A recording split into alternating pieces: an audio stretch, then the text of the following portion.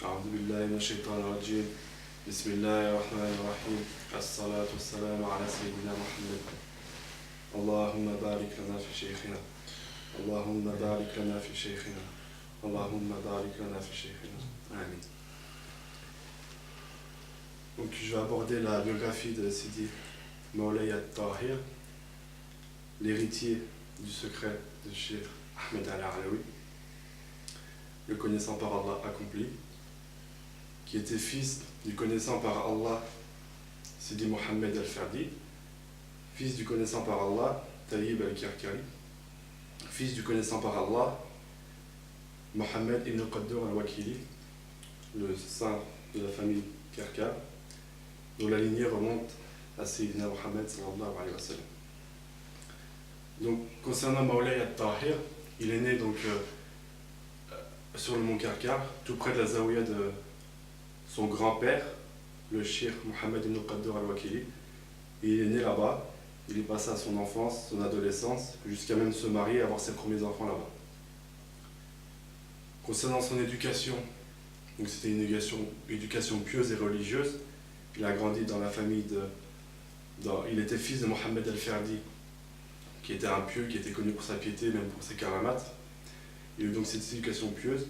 Il a reçu aussi la science des ulémas de sa région. Il a étudié avec eux, entre autres, la jurisprudence, jusqu'à ce qu'il devienne un juriste reconnu. Comme beaucoup de soufis qui, par la suite, se rendent compte que la science livresque ne les a pas amenés là où ils voulaient. Donc après avoir fini ses études dans le fiqh, il décida donc de cheminer vers Allah et de choisir un cheikh de Tarbiya. Et c'est comme ça donc qu'il en vint donc à être l'élève de Sidi Cheikh Ahmed Al-Alawi. Concernant la rencontre avec son cheikh, Sidi Ahmed Al-Alawi, il a été rapporté par le cheikh Adda Ben Tounes dans son livre Rawdat Saniya, que Sidi At-Tahir Al-Karkari s'est rendu auprès de Cheikh Ahmed Al-Alawi, accompagné de Sidi Mohammed Al-Sarir ainsi que de Sidi Mohammed Ibn Al-Hajj Al-Salih. Donc l'histoire relate que les trois voyagèrent vers Sidi Ahmed Al-Alawi dans sa zaouïa, et en route ils s'arrêtèrent à une station de voyageurs, et Sidi Ahmed Al-Alawi eut par dévoilement, kashf, il sut que le petit-fils du cheikh de son cheikh arrivait. Il était en compagnie de disciples et il dit: levez-vous, allons à la rencontre des petits-enfants de notre cheikh. Et c'est comme ça donc Maulay At-Tahir rencontra donc son cheikh Sidi Ahmed Al-Alawi. Il resta 3 jours auprès de lui, près de lui, et devient donc un disciple complet. Donc de là, comment il a accédé au statut de cheikh, de simple moulid jusqu'à devenir cheikh. Toujours dans le même livre du cheikh Adda Ben Tounes que je vais citer, il est écrit: et parmi ces zaouïas, le zaouïa du cheikh de noble lignée Sidi Maulay At-Tahir ibn Mohammed ibn al-Cheikh al-Kabir Sidi Mohammed ibn Qaddour al-Karkari, qui se trouve dans la ville de Tamsamen, donc au Maroc. Quant à sa venue à Mostaganem, nous l'avons déjà abordé en évoquant Sidi Mohammed Al-Sarir ibn Sidi Maulay At-Tayyib.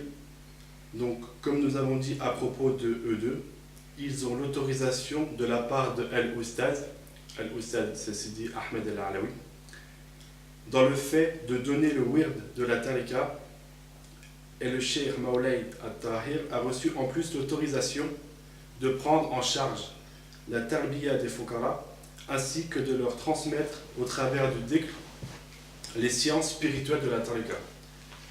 Et de fait, Allah lui a certainement permis d'influer, grâce à cela, de la meilleure des manières, en formant des gens qu'Allah avait prédestinés pour être les secoureurs de cette noble voie, ainsi que pour être du nombre de ses enfants bien guidés. Donc cette citation elle est claire, on voit donc que Sidi Maolay al-Tahir, du vivant de Cheikh Ahmed al-Alawi, avait l'autorisation de donner le word de la tariqa, donner la bay'a, donc transmettre la lumière et éduquer les fokara jusqu'à les mettre en khalwa et leur donner les sciences spirituelles, les asrar. Toujours dans le même livre, il est cité dans un passage où le cheikh Adda bin Tounes parle de la zawiya de Bani Mazdoui.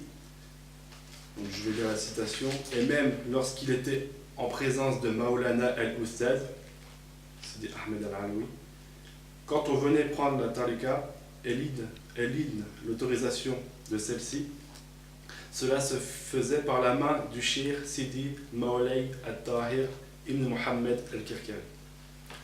Encore une preuve du rôle du grand-père de notre cheikh dans la voie alawiya et du rang que lui avait donné Sidi Ahmed al-Alawi. Donc durant les années durant les dernières années de la vie de Sidi Ahmed al-Alawi, celui-ci était atteint donc, par la maladie, il était fatigué et donc il chargeait Maulay Hassan de s'occuper des disciples. Maulay al-Tahir, pardon. Maulay al-Tahir, il le chargeait donc de s'occuper des disciples, de leur transmettre le wird, la lumière, et de les faire rentrer en khalwa à la place de lui-même, Sidi Ahmed al-Alawi. Donc du vivant de Sidi Ahmed al-Alawi, Sidi Maulay al-Tahir avait reçu donc suffisamment de connaissances pour éduquer les disciples. Sidi Ahmed al-Alawi, c'était le grand cheikh de son temps. Il a transmis beaucoup d'asrar à beaucoup de gens, là, donc la ma'rifa, ça c'est une chose, mais de là être capable d'éduquer, il n'y a pas beaucoup de personnes qui ont été capables d'éduquer. Et éduquer à sa place de son vivant, encore moins. Ça c'est pour montrer que Sidi Maulay al-Tahir a donc hérité de la ma'rifa, du sir global de Sidi Ahmed al-Alawi. Sidi Cheikh al-Alawi, pour prouver cela, pour montrer que tout le secret global a été transmis à Maulay al-Tahir, donc à son disciple, il lui a dit Bida'atukum ruddat ilaykum. Votre bien vous a été rendu, en référence à la sourate Yusuf. Donc cette phrase elle est claire pour qui veut comprendre. Ça veut dire que le sir, la wilaya de Sidi Mohammed ben Kadour al-Wakili, le saint de Karkar, donc de la famille Karkari, d'où provient tout ce que Sidi Ahmed al-Alawi, a été transmis et a été redonné à la famille Karkari dans la personne de Maulay al-Tahir. Voilà pour ces quelques informations sur le statut de Sidi Cheikh al-Tahir. Ses qualités morales. Encore une fois, c'est quelqu'un qui était une parfaite copie mohammedienne. Il était généreux, il était clément, il était ferme, rempli de connaissances, ferme quand il le fallait, doux quand il le fallait. Il savait plaisanter avec les gens, il mettait à l'aise, il avait une science extérieure qu'il a obtenue auprès des ulama et une science intérieure, et ses assises en témoignaient. Les gens vivaient l'islam de manière complète à travers lui.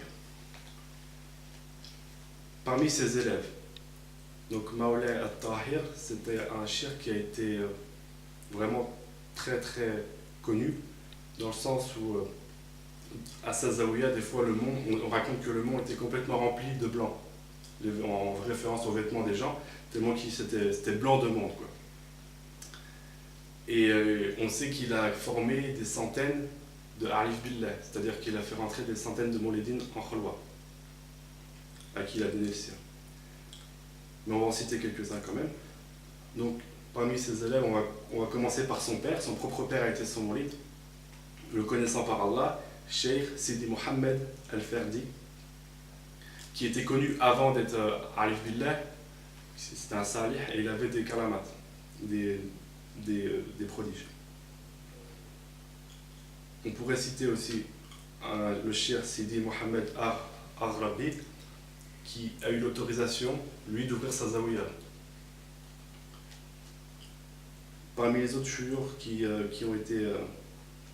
ont marqué leur temps auprès de Sidi Mawlay al-Tahir, il y a le Cheikh al-Muhakkik Sidi al-Sayyid, rahimahullah, qui malgré qui faisait partie de la Darqawiya avant de rentrer d'être l'élève de Sidi Mawlay al-Tahir, et il avait eu l'autorisation par ses shuyukh de réciter l'ism Allah, al-Mufrad, donc il faisait le dhikr de l'ism Allah, et il avait même obtenu des karamat comme ça. On dit que les pierres prenaient feu devant lui quand il faisait le dhikr.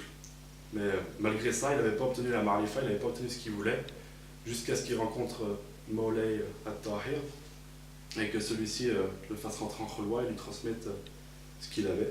Donc il a eu la grande ouverture et il devient un arif billah accompli. Et bien évidemment, le plus important pour la suite, son fils, parmi ses élèves, son fils, l'héritier de son sire, Mawlay al-Hassan al-Karkari, qui a donc hérité du sire de Mawlay al-Tahir al-Karkari, qui lui avait hérité de tout ce qu'il y avait dans la Alawiya par son cher Sidi Ahmed al-Alawi. Et on a vu dans d'autres vidéos que Mawlay al-Hassan al-Karkari, lui, après, avait tout transmis à son élève Sidi Mohamed Fawzi al-Karkari. Donc on en vient à la conclusion que notre bien-aimé cher Sidi Mohamed Fawzi al-Karkari possède tout ce que possédait à son époque Sidi Ahmed al-Alawi. Qu'Allah leur fasse miséricorde. Concernant Mawlay al-Tahir, donc son œuvre achevée, il décéda un dimanche de l'année 1974, alors qu'il était en train de lire le Coran, la sourate El-Mulk. Il fut lavé et enterré. Enfin, la prière fut dirigée par son élève Sidi al-Sayyid, rahimahullah, qui le lava, qui pria sur lui la janaza. Il fut enterré dans sa zawiya, et la zawiya après fut transformée en mausolée. C'est un endroit qui est visité jusqu'à aujourd'hui. Voilà, qu'Allah préserve notre cheikh qui a hérité de ce qui se trouvait dans Sidi Mawlay al-Tahir, qui a hérité de ce qui se trouvait chez Sidi Ahmed al-Alawi, et qui ont tous hérité du sir mohammedien, secret du prophète sallallahu alayhi wa sallam, qui amène à la connaissance d'Allah la vraie science, celle qui est lumière et celle qui fait sortir les gens des ténèbres.